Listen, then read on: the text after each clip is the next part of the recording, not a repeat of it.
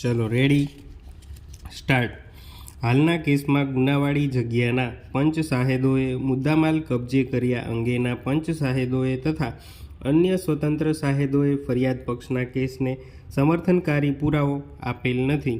સદરી તમામ સાહેદોને વિમુખ થયેલા સાહેદો જાહેર કરીને તેમની ઉલટ તપાસ કરવા છતાં પણ ફરિયાદ પક્ષને મદદરૂપ થાય તેવો કોઈ પુરાવો રેકર્ડ ઉપર આવેલ નથી, જેથી પંચનામા પુરાવામાં પુરવાર થયેલાનું માની શકાય તેમ નથી અને તેથી અન્ય સમર્થનકારી પુરાવાના અભાવે ગુનાવાળી જગ્યાનું પંચનામું કે મુદ્દામાલ કબજે કર્યા અંગેનું પંચનામું વંચાણે લઈ શકાય નહીં. બીજું કે ફરિયાદ પક્ષે પોતાનો કેસ પુરવાર કરવા માટે આંક 61, 63 અને 66થી રજૂ આરોપીઓના જવાબને પોતાનો આધાર બનાવેલ છે અને તેના આધારે કથિત આરોપીઓને કસૂરવાર ઠરાવવા ભારપૂર્વક દલીલ કરેલ છે. હવે રેકર્ડ પરનો પુરાવો વંચાણે લેતા સ્પષ્ટ થાય છે કે હાલના કામે રજૂ થયેલ આરોપીઓના જવાબ બચાવ પક્ષના વાંધા સાથે આંકે પાડવામાં આવેલ છે.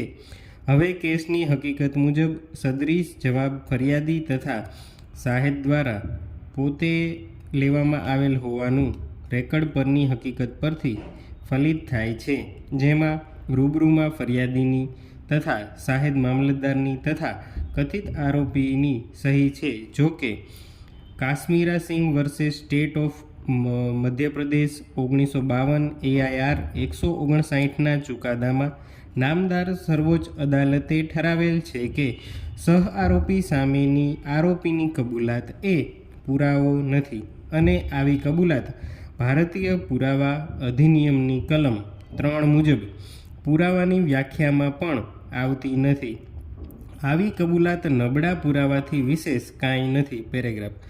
કાનાબી પટેલ પ્રતાપભાઈ ભગવાનજી વિરુદ્ધ સ્ટેટ ઓફ ગુજરાત અને બીજાઓ 1996 1 GLR 179ના ચુકાદામાં નામદાર ગુજરાત વડી અદાલતે ઠરાવેલ છે કે ગુનાની કબૂલાત કરતું આરોપીનું નિવેદન અન્ય સબળ અને સમર્થનકારી પુરાવાની ગેરહાજરીમાં નબળો પુરાવો છે, તેમજ ગુનાની કબૂલાત કરતા આરોપીના નિવેદન ઉપર જ આધાર રાખીને કોઈ પણ આરોપીને સજા કરી શકાય નહીં.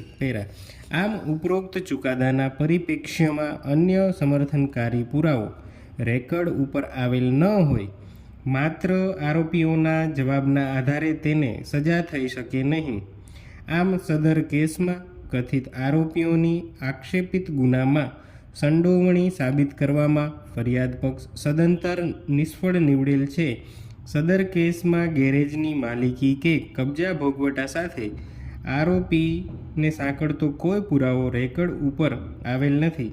મુદ્દામાલ તરીકે કબજે લેવામાં આવેલ મશીન આરોપીની ગેરહાજરીમાંથી કબજે લેવામાં આવેલ હતું કે કેમ તે હકીકત સાબિત થતી નથી.